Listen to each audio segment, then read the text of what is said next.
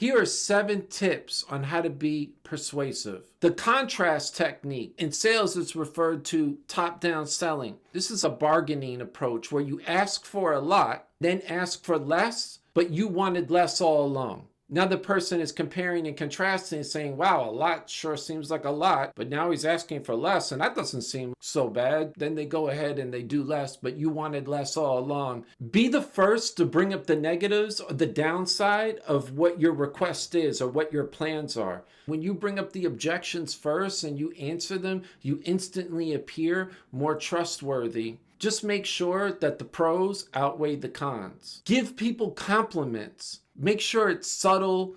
Be honest. Don't overdo it because it can backfire on you and you can come off very phony and have the opposite reaction of what you're looking for, and you cannot be persuasive. When you give someone a compliment, it can really change how they feel about you and any preconceived notions that they may have had. So try it out. Say please and thank you. These are magical words. Smile. We've all been taught in programs since children to say please and thank you. We're much more likely to act favorably when somebody says please and thank you and they're smiling at us. If you go to another country and you don't speak the language, you should make sure you know how to say please and thank you. Filler words like like, and you don't come off confident when you do that. Use fluidity in your speech. So when you speak, you inspire confidence and you look like you know what you're talking about, and whatever you're requesting of the person must be in their best interest, and you're just more persuasive,